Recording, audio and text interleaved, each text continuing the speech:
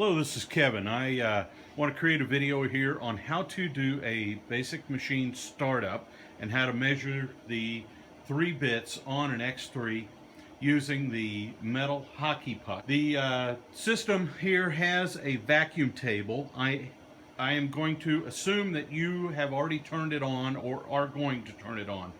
I will not do it because it is too loud. So we're going to assume it is on. So the machine is set up. It has just now been powered on with the power switch. I'm going to hit initialize machine. That is the button that says initialize. First thing that happens is Z0. Z is raised up to its maximum height. Now then, we have X moving over. X is moving very slowly because it's looking for that switch on the back to tell it where to stop.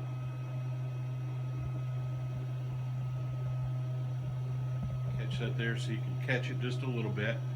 And so it's looking for X, the switch position of X. So it knows the absolute minimum value that it can go to.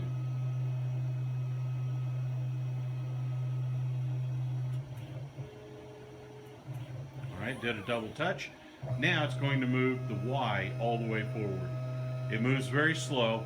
It's looking for a position, a switch position, that is underneath the machine. You really can't see it here. It is located back up underneath, right up under here, on this opposite inside of that leg. That's where it is on this machine. Other machines are different.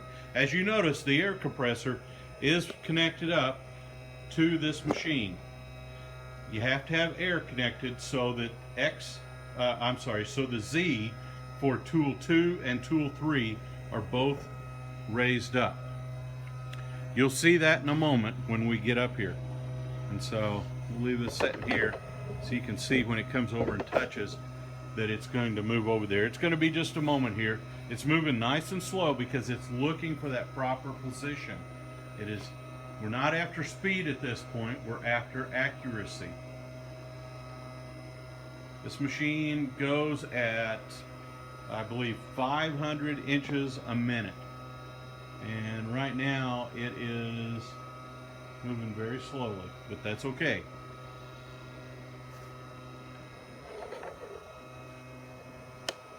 You're going to see it come into frame here in a second. I don't know if you can hear it or not. The stepper motor is moving through nice and slow.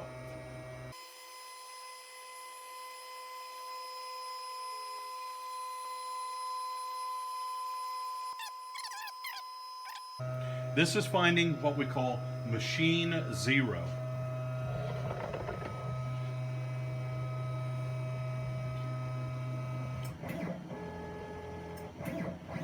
Alright, you saw that. So the machine now has found machine 0. You lock that in. Now, I'm going to turn on the laser here.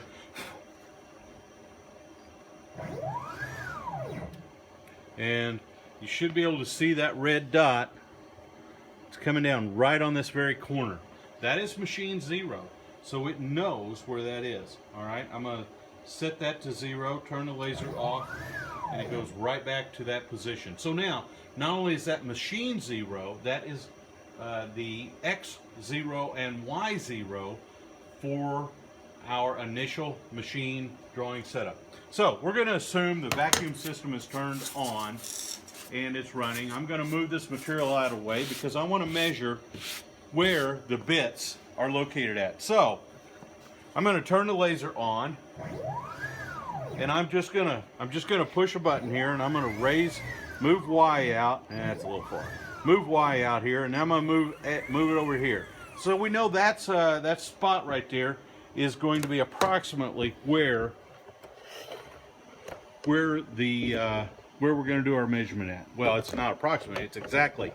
But it doesn't matter where we pick our X and Y distance for measuring. Remember, this is Y for this machine, this is X for this machine, going along this axis. All right, so I'm just gonna set that to 0, turn the laser off, so now the tip of the bit is going to touch that very spot. So we're going to take our puck right here. We're going to take this puck, this is our measuring puck, and I'm going to place it on here. Now, again, if the vacuum system, which it should be on, if you're using a vacuum system, would be right there. So we're going to place that under there. On the screen over here, I'm going to tell it, I'm going to click the button, Get Tool 1. So I selected that. It moved to Tool 1, which there it was, and I'm going to click Measure Tool 1. So what it's doing is moving down to an initial position. Make sure that's under there. What we're doing is, with this measurement process, I am looking for a electrical connection between this and this. And when it hits it, it's going to trip it, and so now it knows where that bit, the bottom of that very bit is. Let me back this up so you can watch the machine do its selection and movement process. Sorry about the shaking, but you got to be able to understand what's going on here. So tool 1 is the middle head. Tool 1, tool 2, tool 3. So now I'm going to click on the button, click Get Tool 2. It moves over and brings it down.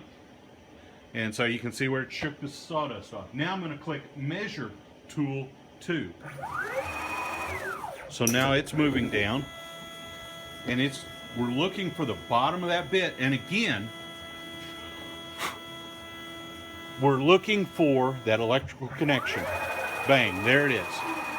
All right, so now we know where that is. Tool 2. All right, sorry, my camera almost fell over. So tool 2 is now selected. Now I'm going to say Get Tool 3.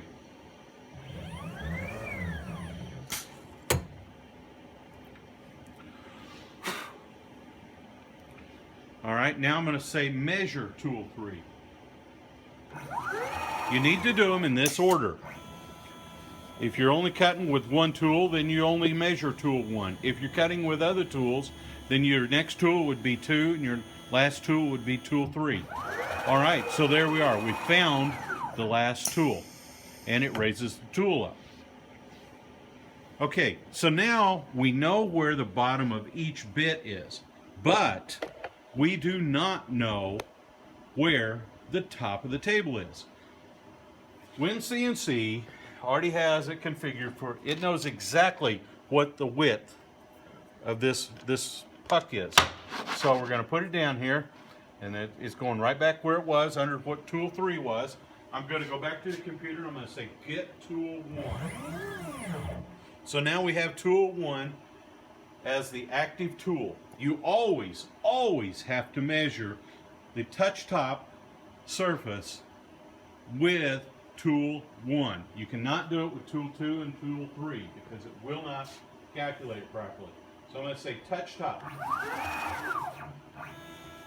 So we're going down right now, and we're going to touch the puck. When it's done, it's going to raise 0.75 inches.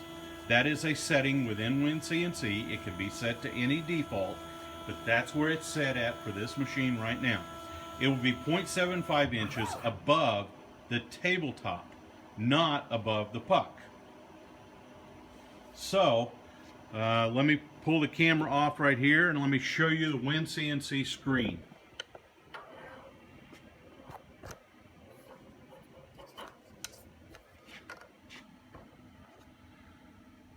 So we're looking at the screen right there, and you can see Z is 0.75, X and Y are both at 0. A is the rotary, and that's off. You can see the speed movement is just default to what it was last time. So that is what we did. So I selected Get Tool 1, and we went to the center head, Get Tool 2, Get Tool 3. And then Measure Tool 1, 2, and 3. When you run this program, initializing the machine and starting it up, you measure the tools first, then you do a touch top last.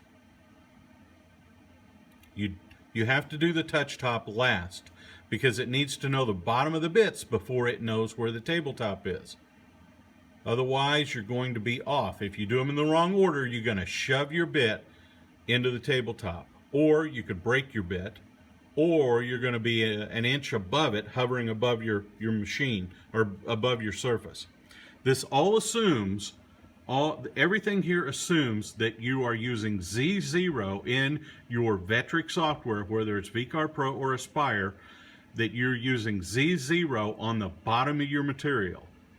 If you are doing it the other way around and you're using the top of your material, then you're going to have to recalibrate how your process is for measuring those buttons right there. Because you'll do a touch top based on the top of your material after it's being vacuumed down.